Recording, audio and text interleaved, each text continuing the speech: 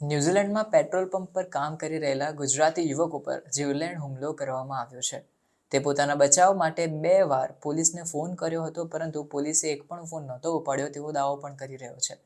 Petrol station worker કામ કરી રહ્યો હતો ત્યારે અચાનક જ કેટલાક શખ્સોએ તેની ઉપર હુમલો કરી દીધો હતો. આના પરિણામે હવે તેના માથાના ભાગ ઉપર અને આંખ ઉપર ગંભીર ઈજા પહોંચી હતી અને આ સમયે તેને મદદ માટે ઘણી વાર પોલીસને ફોન કર્યા, પરંતુ સામેથી જે પોલીસ હતી તેનો કોઈ જ રિસ્પોન્સ ન આવ્યો.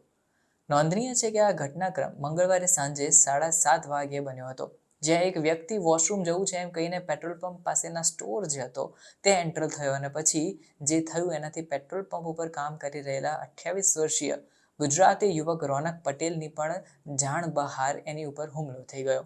સીસીટીવી ફૂટેજમાં જોવામાં આવી રહ્યું છે કે આ વ્યક્તિ પેટ્રોલ પંપ ઉપર કામ કરી રહ્યો છે. આ દરમિયાન વ્હાઇટ ટી-શર્ટમાં એક વ્યક્તિ આવે છે અને અચાનક જ તેના ઉપર હુમલો કરી દે છે. આના લીધે તેની આંખ અને માથાના ભાગ ઉપર પણ ગંભીર ઈજા પહોંચેલી જોવા મળે છે. આ ઘટનાક્રમ થઈ રહ્યો હતો ત્યારે તેને પોલીસને 2 વાર ફોન કોલ કર્યા હતા, પરંતુ કોઈએ જવાબ જ નહોતો આપ્યો. તેને અસિસ્ટન્ટની જરૂર હતી, પરંતુ તે દાવો કરી રહ્યો છે કે કોઈ ન આવ્યા. પટેલે કહ્યું કે તેના ચહેરા ઉપર જે ઇન્જરી થઈ છે તે પણ ઘણી ગંભીર છે. આ સમયે વ્યક્તિ હુમલો કરીને ભાગી ગયો, પરંતુ એક મહિલા જે હતી તે મદદે આવી, એના કારણે હું બચી ગયો હતો. પટેલે વધુમાં કહ્યું કે પોલીસ સ્ટેશન જે છે તે અમારા પંપથી માત્ર 700 મીટરના અંતરે હતું. આમ છતાં પણ કોઈએ અમને રિસ્પોન્સ ના આપ્યો. અમારા દરેક ફોન કોલ હતા તે ઇગ્નોર કરવામાં આવ્યા હતા. હું ગંભીર રીતે ઇજાગ્રસ્ત હતો ત્યારે આ સમયે મારા બોસ આવ્યા અને ગાડીમાં છેક પ્રાઇવેટ વ્હીકલમાં મને હોસ્પિટલ સુધી લઈ ગયા હતા.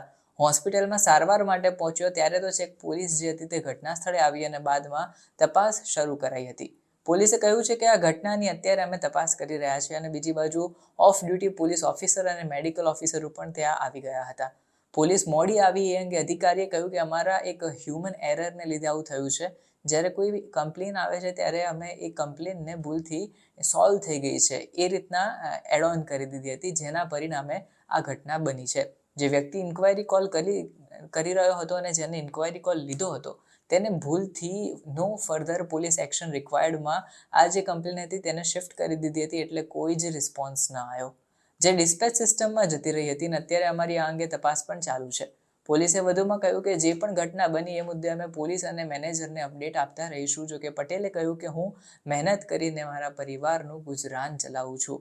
હું મારું બેસ્ટ આપું છું અને આ ઘટનાને બધું બદલી નાખ્યું છે. મારા અત્યારે જે માનસિક સ્થિતિ કહો તો ઘણો ગંભીર રીતે હું માનસિક રીતે તૂટી ગયો છું. મારી આંખ ઉપર ઈજા પહોંચી છે, એટલું જ નહીં, મારા માથાના ભાગ ઉપર જે સ્કલ છે એમાં પણ ક્રેક પડી ગઈ છે અને ગંભીર ઈજા પહોંચી છે.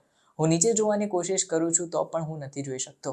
આ અંગે પોલિટિશિયનને પણ જાણ કરી દીધી છે અને આ ઘટનાક્રમ શું હેટ ક્રાઇમ છે કે નહીં એના ઉપર પણ ચર્ચા ચાલી રહી છે.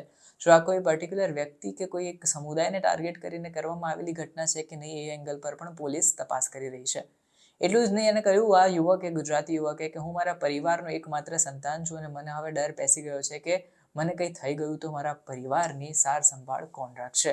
મારો પરિવાર ભારતની બહાર રહે છે, જેથી કરીને હવે મારે અહીંયા સારું કમાવવું પડશે અને આની રીતે એ લોકોને પણ જે છે તે રૂપિયા મોકલવા પડશે. હું ન્યૂઝીલેન્ડમાં છું પણ આ લોકો જે છે તે પણ વિદેશમાં જ રહે છે, એટલે હવે મારે શું કરવું એ જોવા જેવું રહ્યું.